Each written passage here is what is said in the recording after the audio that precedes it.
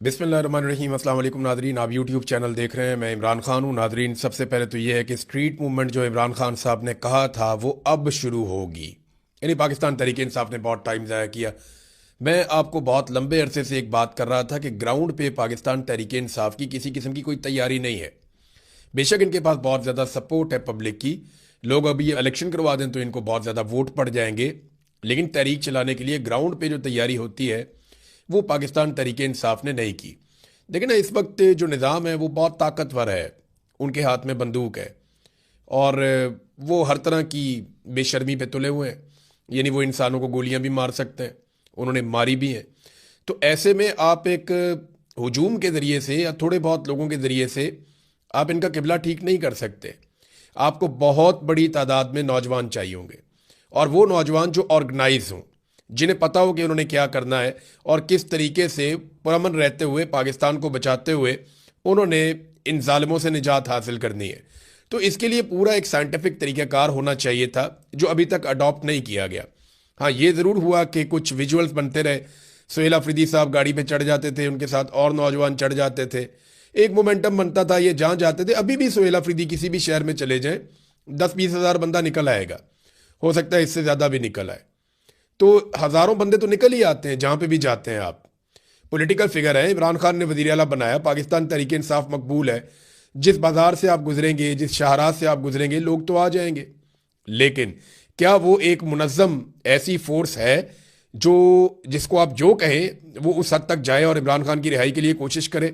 तो अब इन्होंने एक्चुअली जो स्ट्रीट मूवमेंट है उसका आगाज़ कर दिया है। लेकिन इससे पहले मैं आपको ये बताऊं कि रमज़ान शुरू हो गया और पाकिस्तान तहरीक इंसाफ ने जो धरने दिए थे वो धरने उनकी क़यादत ने ख़त्म कर दिए। तहरीक तहफ़्फ़ुज़ आईन पाकिस्तान ने खुद ऐलान किया कि जनाब रमज़ान शुरू हो रहा है और हमने धरने जो है वो अपने ख़त्म कर रहे हैं। ये इनको ख़त्म करने ही पड़ने थे, इससे इन्हें कुछ भी हासिल नहीं हुआ। मैं आपको बिल्कुल साफ बता रहा हूँ कि इस्लामाबाद में जो 3 धरने दिए गए, इन तीनों धरनों की औकात टके की नहीं थी और हुकूमत को इनसे किसी किस्म का कोई दबाव नहीं पड़ा। हुकूमत ने इनकी तरफ तवज्जो भी नहीं दी, ना मीडिया ने इनको ज़्यादा डिस्कस किया, ना सोशल मीडिया ने, कुछ भी नहीं किया। इन्होंने, इन धरनों ने कुछ हासिल नहीं किया। वजह यह थी कि आप रेड जोन के अंदर 3 इमारतों के अंदर बैठ जाएं और आपको लगे कि जनाब आप बड़ा इनकलाब लेकर आ रहे हैं और आपका मुतालबा हो इमरान खान का इलाज करवाने का, और वो शख्स जिसकी डायरेक्ट लड़ाई फील्ड मार्शल आसिम मुनीर से है। तो ऐसे तो नहीं होगा ना, आपको तो दबाव बनाना पड़ेगा। आगे वह ग्राउंड के ऊपर था कुछ नहीं, जहां पे भी लोग बैठे वो चंद हज़ार लोग बैठे। यानी मेरी दानिश में अभी तक 10,000 का जुलूस तो किसी जगह पे भी इकट्ठा नहीं हुआ। हाँ, ये ज़रूर है कि छोटे मोटे लोगों ने इलाके बंद किए, सड़कें बंद की, पंजाब में एक्टिविटी हुई, लेकिन इतनी ज़्यादा नहीं हुई। पंजाब पूरा चलता ही रहा। यानी अगर मैं कहूँ 90% चलता रहा है तो ये गलत बात नहीं होगी, और दूसरी तरफ 90% इमरान खान की मकबूलियत है तो ये भी गलत बात नहीं है। तो अगर ये एक सच है कि इमरान खान बहुत ज़्यादा मकबूल है, तो दूसरा सच ये है कि ग्राउंड पे पाकिस्तान तहरीक इंसाफ की इमरान खान को निकालने के लिए अब तक कोई तैयारी नहीं है। तो ये धरना ख़त्म करना ही था। इससे जो है वो कोई पोजीशन मजबूत नहीं हुई बल्कि कमज़ोर हुई अपोजिशन की। ये बात तो बड़ी क्लियर है। अब इमरान खान रिहाई फोर्स बनाने का ऐलान किया सुहेल अफरीदी ने। ये क्या है, मैंने इसके बारे में इंफॉर्मेशन इकट्ठी की है, मैं आपके साथ शेयर कर देता हूँ। ये है जी असल काम जिसकी तरफ अब ये आए, और ये करने क्या जा रहे हैं मैं आपको बताता हूँ। ये खैबर पख्तूनख्वा से इसका आगाज़ करेंगे, इमरान खान रिहाई फोर्स, और इसको सोशल मीडिया के ऊपर भी उठाया जाएगा, और इसकी पूरी प्रोजेक्शन करने के बाद बाकायदा इसके फॉर्म छप जाएंगे और इसके कार्ड्स बन जाएंगे, और खैबर पख्तूनख्वा में हज़ारों जगहों के ऊपर ये टेबल्स लग जाएंगी, गलियों में, मोहल्लों में, इलाकों में, यूनिवर्सिटीज़ में, कॉलेजेस में, अस्पतालों में, जहाँ जहाँ कहीं नौजवानों का आना जाना है, हर जगह पे ये एक्सेस दी जाएगी। पहले नौजवानों की एक बहुत बड़ी तादाद चुनी जाएगी ज़िलों के अंदर, फिर उसके बाद तहसीलों के अंदर, फिर उसके बाद जो है वो नीचे वार्ड्स तक, यूनियन काउंसिल तक। तहरीक इंसाफ की पूरी एक तंजीम तो मौजूद है, वहाँ लोगों की ड्यूटीज़ लगेंगी कि आपने एक टेबल रखना है और उसके ऊपर आपने ये बुक रखनी है, और इसके ऊपर हलफनामा लिखा हुआ है। यहाँ पे आप जो है वो जितने भी मेंबर्स बनते जाएंगे उनका रिकॉर्ड आपने जमा करना है, और हर मेंबर को एक कार्ड दिया जाएगा, इमरान खान रिहाई फोर्स का कार्ड। ये कार्ड उस मेंबर के पास रहेगा, और उस मेंबर का पूरा रिकॉर्ड जो है वो पाकिस्तान तहरीक इंसाफ के पास रहेगा। हर मेंबर को ये पता होगा उसकी ड्यूटी क्या है, और रोज़ाना की बुनियाद पे पाकिस्तान तहरीक इंसाफ ये अनाउंस करेगी कि आज हमारे जो मेंबर्स हैं उनकी तादाद इतनी हो गई है। इमरान खान रिहाई फोर्स जो है इसकी तादाद फर्ज करें आज 22,000 है, कल 30,000 है, परसों 45,000 है, उसके बाद 1 लाख है, 1.5 लाख है, 2 लाख है। वो जितनी तादाद बढ़ती जाएगी वो साथ साथ अनाउंस करते जाएंगे, और ना सिर्फ अनाउंस करते जाएंगे बल्कि इन नौजवानों को ये सोशल मीडिया के साथ भी जोड़ेंगे। ये जितने नौजवान इमरान खान रिहाई फोर्स का हिस्सा बनेंगे, इन सबको सोशल मीडिया के साथ भी जोड़ा जाएगा। पाकिस्तान तहरीक इंसाफ के तमाम विंग, चाहे वो वकला विंग है, चाहे वो खवातीन का विंग है, चाहे वो यूथ विंग है, चाहे वो ISF है, वो जितनी भी तंजीमें हैं पाकिस्तान तहरीक इंसाफ की, वो तमाम तंजीमें जितने नौजवान हैं वो इसके अंदर मेंबरशिप ले सकेंगे। और ये तंजीम चलेगी इमरान खान साहब की रिहाई के दिन तक। जिस दिन इमरान खान रिहा होंगे वो इस तंजीम का शुक्रिया अदा करेंगे और ये तंजीम तहलील हो जाएगी। इसका फ्यूचर के अंदर कोई पॉलिटिक्स के अंदर और इन चीज़ों के अंदर कोई किरदार नहीं है, लेकिन ये इमरान खान रिहाई फोर्स है, ये अब बनाने जा रहे हैं। इसमें जो टारगेट मैंने पूछा तो वो उन्होंने कहा जी अभी हम ये कहना नहीं चाहते कि टारगेट कितना है, लेकिन मुझे उन्होंने ऑफ द रिकॉर्ड बताया तो वो टारगेट इतना बड़ा है पाकिस्तान तहरीक इंसाफ का कि अगर इतनी बड़ी तादाद में नौजवान इकट्ठे हो गए और वो ऑर्गेनाइज हो गए तो ये पाकिस्तान में वाकई मुसीबत डाल देंगे एस्टेब्लिशमेंट को। क्योंकि देखिए, नौजवान पाकिस्तान की आबादी का सबसे बड़ा हिस्सा है और नौजवानों की सबसे बड़ी तादाद इमरान खान के साथ है, लेकिन नौजवानों के पास कोई एक ऐसा प्लेटफॉर्म नहीं है, कोई एक ऐसी जगह नहीं है जहां से उनको यूनिफाइड किस्म की इंफॉर्मेशन मिलती हो, जहां से उनको प्रॉपर गाइडेंस मिलती हो, जहां से प्रॉपर तरीके से उनको चलाया जा सके। अलग अलग तंजीमें पाकिस्तान तहरीक इंसाफ में मौजूद हैं, लेकिन रिहाई फोर्स के अंदर तमाम तंजीमों को इकट्ठा किया जाएगा और एक इकट्ठी कोशिश की जाएगी। अब ये एक तंजीम है जिसको सुहेल अफरीदी बनाने जा रहे हैं। उन्होंने कहा जी कि अब ये घी जो है सीधी उंगली से नहीं निकलेगा। देखिए, मैं आपको एक बात बताता हूं कि आपको ना तैयारी करनी पड़ती है। अगर आपको एक मुकाबला करना है तो आपको उस मुकाबले की तैयारी करनी पड़ती है। आप इस बुनियाद पे कि क्राउड मेरे साथ है, आप मैदान में उतर जाएं तो आपको मार पड़ेगी ना। आपको उसकी तैयारी करनी पड़ती है। पहले 2 माह, 4 माह, 6 माह आप अपने आप को तैयार करते हैं उस मुकाबले के लिए, मुखालिफ हरीफ के मुकाबले के लिए आप अपने आप को मजबूत करते हैं। पाकिस्तान तहरीक इंसाफ ने क्राउड पे भरोसा किया। पाकिस्तान तहरीक इंसाफ ने कहा जी क्राउड हमारे साथ है, होम ग्राउंड है, लोग हमसे बहुत प्यार करते हैं, हम जीत जाएंगे। लेकिन उनकी इस खेल में उतरने की तैयारी नहीं थी। अब वो तैयारी के लिए जा रहे हैं। ये है असल चीज। अगर ये फोर्स बन जाती है और लाखों नौजवानों की जेब में कार्ड होता है इमरान खान का और वो सारे नौजवान इकट्ठे होकर निकलते हैं, तो ये उनके लिए एक बहुत बड़ा ऑनर होगा फ्यूचर में कि उन्होंने एक बड़ी तहरीक चलाई थी। अब रोजाना की बुनियाद पर यह ऐलान करेंगे और तमाम तंजीमें इसका हिस्सा बनेगी और फिर हलफ भी लिया जाएगा। जो मेरे पास इंफॉर्मेशन है, पेशावर में एक हलफनामा होगा पहले बहुत बड़ा, फिर अलग अलग जिलों में जाकर हलफ लेंगे जितने नौजवान। फर्ज करें एक जिले में जो है वो 25,000 नौजवान है, इस फोर्स का हिस्सा है इमरान खान रिहाई फोर्स का, तो वो 25,000 नौजवानों से वहां पे उनको इकट्ठा करके हलफ ले लेंगे। फिर अगले जिले में, फिर अगले जिले में, और इस तरह आहिस्ता आहिस्ता ये जो मेंबरशिप है ये खैबर पख्तूनख्वा से निकलकर बलूचिस्तान, सिंध और पंजाब में फैलेगी।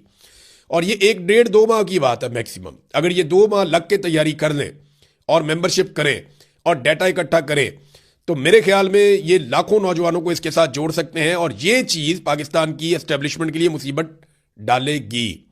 देखिए ना, इमरान खान साहब इंतजार कर रहे हैं और वो ये फैसला कर चुके हैं।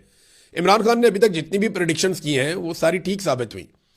उन्होंने पहले बताया था कि मुझे जेल में डालेंगे, डाला। उन्होंने कहा नवाज शरीफ डील करके वापस आएगा, वापस आया। उन्होंने कहा केस खत्म होंगे, केस खत्म हुए। इमरान खान ने कहा कि ये इलेक्शन में धांधली करेंगे लेकिन मैं जीत जाऊंगा, और वो जीत गया। इमरान खान ने जो जो बात की वो बात वैसे ही साबित हुई, लेकिन मिलिट्री एस्टेब्लिशमेंट ने सारा कुछ कंट्रोल कर दिया। फाइनली इमरान खान साहब ने 2 चीजें कही हुई हैं कि ये मुझे आहिस्ता आहिस्ता मार देंगे।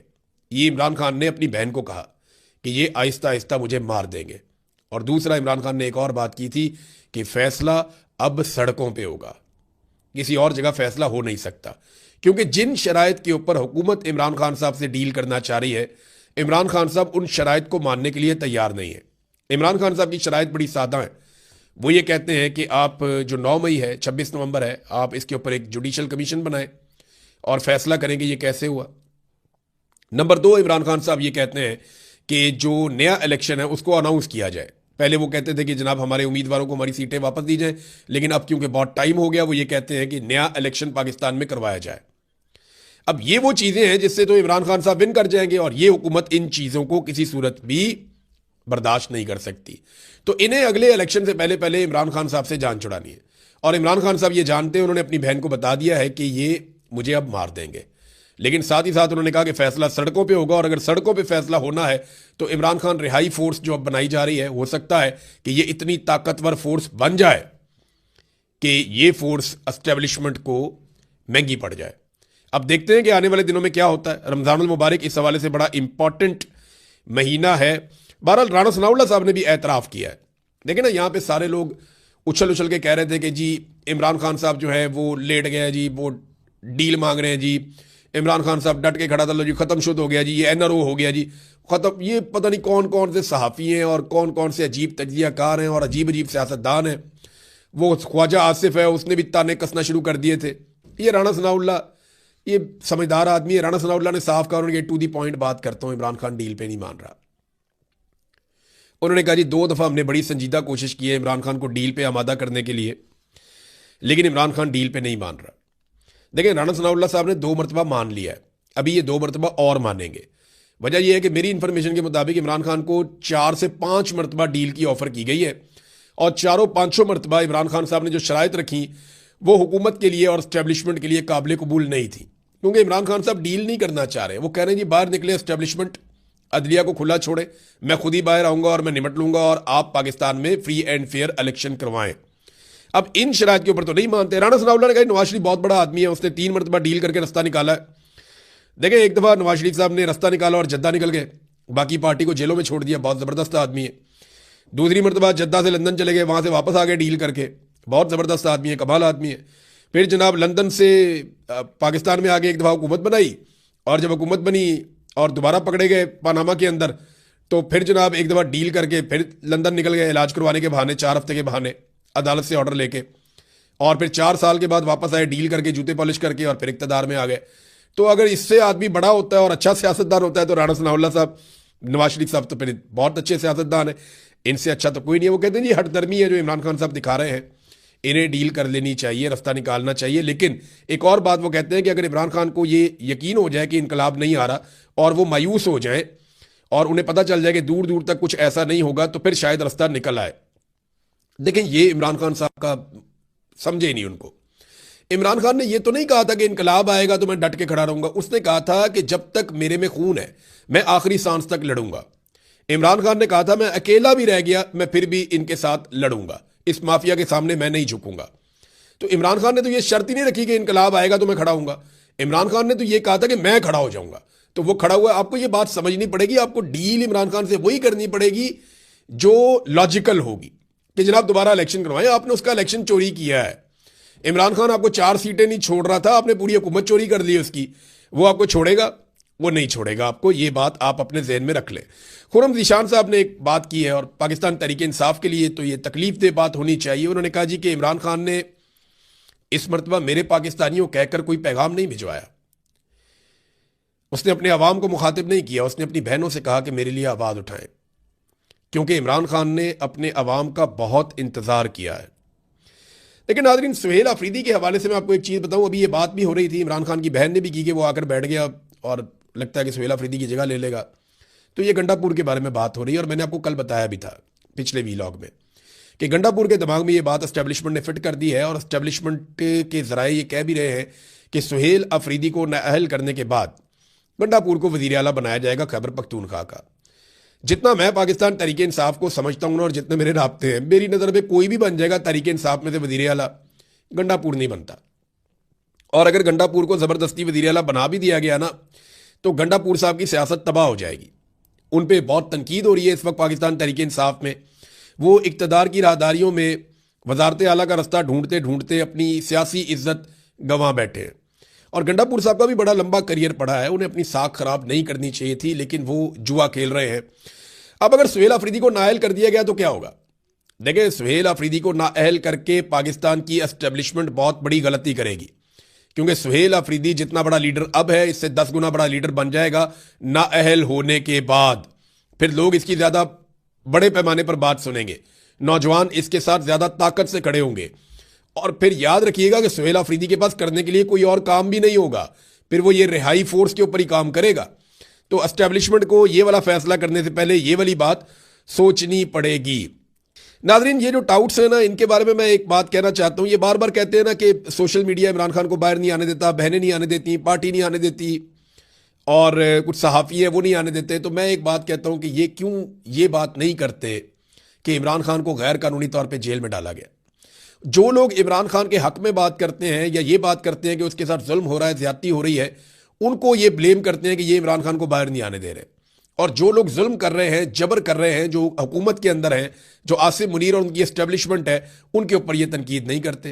भाई जालिम के खिलाफ बोलो ना, मजलूम को क्यों निशाना बनाते हो? ये एक अजीब तरह की बेशर्मी है जो मैं पाकिस्तान में अब लगातार देख रहा हूं। नाजरीन, दो खबरें ऐसी हैं जो मैं आपके साथ शेयर करना चाहूंगा। उनमें एक तो अच्छी खबर यह है कि शुक्रिया अदा करना चाहता हूं मैं जस्टिस मियां गुल हसन औरंगजेब साहब का, सुप्रीम कोर्ट ऑफ पाकिस्तान के जज हैं, और जस्टिस नईम अख्तर अफगान साहब का। इन दोनों जज साहिबान के सामने मैंने आपको बताया था केस लगा हुआ था सोहराब बरकत साहब का, और सोहराब बरकत को इन्होंने फौरी तौर पर जमानत दे दी। यानी जैसे ही सुप्रीम कोर्ट में यह मामला गया, जमानत फौरन हो गई। अब एक और केस के अंदर मजूका साहब ने जनाब रिमांड दे दिया था, दोबारा से वो जमानत मुअत्तल कर दी थी, तो वो जमानत मुअत्तली हो गई है। वो मामला इस्लामाबाद हाई कोर्ट में है, उम्मीद है अगले हफ्ते वहाँ से भी जमानत हो जाएगी। लेकिन तमाम जो जजेस हैं उनको ये सोचना चाहिए कि सुप्रीम कोर्ट ने उस केस में फ़ौरन जमानत दे दी जिसको आपने इतने लंबे अरसे से लटका कर रखा हुआ था बिला वजह। तो डर को उतारें, खौफ को उतारें, आप अपनी इज्जत करवाएं और अपनी इज्जत बहाल करवाएं, वरना अदलिया का लोग मजाक उड़ा रहे हैं। ये जिस तरीके से आप भोंडे किस्म के मुकदमात को लटका कर रखते हैं, उससे अदलिया का मजाक बन रहा है और कुछ नहीं हो रहा। सोहराब तो बाहर आ जाएगा आज नहीं तो कल, लेकिन अदलिया की क्रेडिबिलिटी वापस नहीं आएगी। ईमान मजारी और हादी अली चट्टा की दरखास्तें जो हैं 24 को, जो उनके खिलाफ फैसला दिया गया पिछले महीने, एक महीने के बाद अब लगाई गई है 19 फरवरी को। जस्टिस मोहम्मद आसिफ साहब इनकी अदालत में, ये वो जज साहब हैं जिनके बेटे ने 2 खवातीन को कुचल के कत्ल कर दिया था और फौरी तौर पर छूट के घर चला गया था। अब देखना यह है कि इनके बेटे ने 2 कत्ल किए और छूट के बाइज्जत बरी होकर घर चला गया, और इनके पास केस आया सिर्फ एक ट्वीट का, तो वो मियाँ बीवी घर जाते हैं या नहीं जाते? ये जज का इम्तिहान है। कल हम इस जज का इम्तिहान लेंगे और फिर देखते हैं कि जज साहब क्या करते हैं। जज का इम्तिहान तो वैसे दुनिया में हमेशा होता ही है। अल्लाह रब्बुल इज़्ज़त को जाकर सबसे सख्त जवाबदेही इनको करनी पड़ेगी कि तुम्हें मैंने इंसाफ करने का एक मनसब दिया था और तुमने क्या किया। जवाब तो इनको देना पड़ेगा।